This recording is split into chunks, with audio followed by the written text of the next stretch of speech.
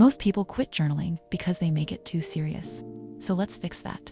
This is part 2 of my journaling techniques series, tips 8 through 14. All about keeping your habit alive when your brain says, not today. In part 1, we talked about making journaling easier, not prettier.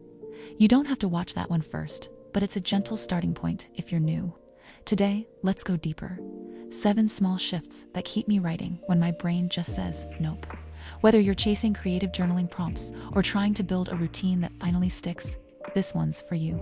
Technique number 8. Start with 3 words. You don't need a masterpiece, you just need movement. This is how I keep journaling on the days when my brain just says nope. Even when a prompt is already sitting there, my mind can go completely blank.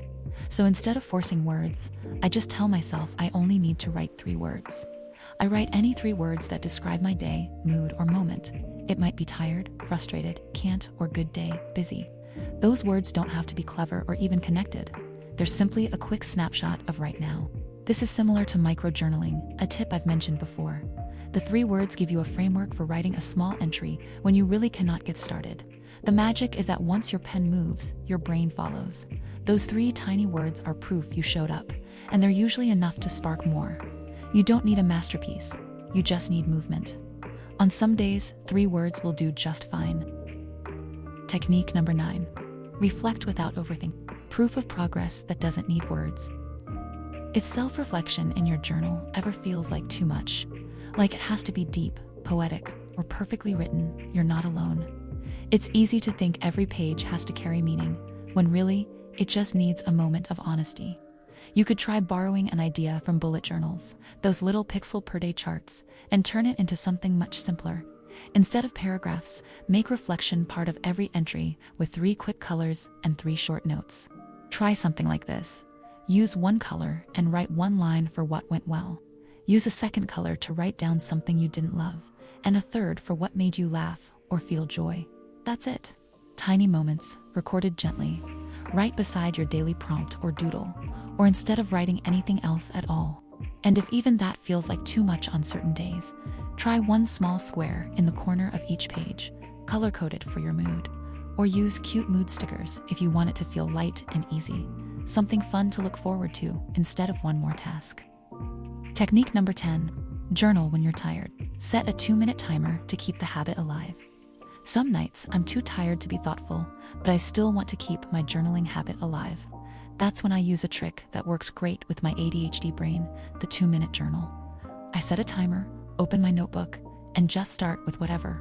No plan, no structure, just words, shapes, scribbles, whatever fits in the time it takes for that gentle beep. Sometimes it's a half-finished thought, sometimes it's a doodle, sometimes it's just, I survived today, and that's enough. The beauty of 2-minute journaling is that it keeps the connection alive without asking for more than you have to give. If it resonates with you, you could even make 2-minute journaling the cornerstone of your journaling practice. Setting a timer reminds your brain that this isn't a test, it's a release. This is a pause before tomorrow starts. Those tiny bursts of self-care time add up. Over time, they start to tell a story, not of perfect days and polished reflections, but of quiet persistence, of showing up for yourself even when you didn't have the words. And that can be a very raw and meaningful practice. Technique number 11. Notice tiny details. Write about boring, ordinary things. Here's a secret most people miss. Your journal doesn't need to be profound at all. Writing about the ordinary and the mundane is one of the most meaningful things you can do. You could write completely at random, whatever details cross your mind. Or you could make a tiny daily habit of recording what you ate for dinner, what the weather was like, who you texted, emailed, or talked to today. Write what song was stuck in your head. Write down your outfit, how you wore your hair, how you made your cup of coffee today, and whether you had a 2nd, a 3rd one in the afternoon. You can even do it as a list, so it's simple, fast, and no pressure. Because these are the details no one else is documenting. They don't make it into history books or news headlines, but they're a part of your story. Years from now, these tiny, throwaway moments will be the ones that bring your life rushing back. The meals, the moods, the conversations, the quiet in-betweens. They're proof that even ordinary days mattered. So don't wait for inspiration. Start writing down the everyday things no one thinks to remember. Because if you don't, no one else will. Technique number 12. Call out your inner critic. That voice in your head is not the truth. For the longest time, I judged everything I wrote in my journal, and a lot about my daily life in general. I didn't realize there's a name for this judgy voice in your head, the inner critic. While journaling, the inner critic had lots of opinions about my handwriting, my word choice, my mood, what I was writing about, and the choices I made, even the fact that I was journaling at all. Then I tried something that changed everything. When that critical voice showed up, I started writing down what it said, right there on the page. "You're so bad at that. I can't believe you said that. Why do you even bother writing in a journal?" And then I'd just keep writing. Surprisingly, the more I wrote down my critic's voice, the smaller it got. Naming it out loud, or on paper, stripped it of authority. It highlighted these intrusive thoughts and gave me the opportunity to see them and examine them. That's the beauty of journaling, honestly. You get to include every version of yourself. The emotional one, the tired one, the doubting one, even the judgmental one. You don't have to silence your inner critic. You just have to document her until she runs out of things to say. Over time, that's how the critic loses power. Not by fighting her, but by letting her talk herself into quiet. Technique number 13. Name your week. Sometimes ordinary life deserves a headline. Here's a fun idea for your journal. Every once in a while, give your week a title. Nothing serious, just a short, funny, or oddly specific phrase that sums up the general vibe. It could be as simple as travel week, or the week everything in the house broke, or maybe the snowstorm of the year. You don't need to do it every week, just when the mood strikes or when life feels like it needs a headline. You might even have a single day that was so notable that it deserves its own special tagline.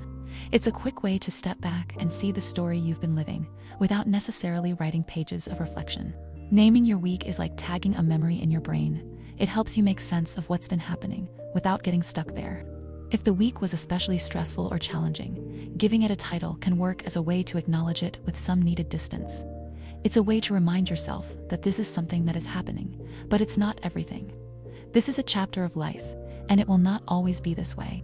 And later, when you look back, those little titles really do become the chapter names of your life, little playful snapshots of who you were in that moment. Because sometimes, notable phases of life need their own headline.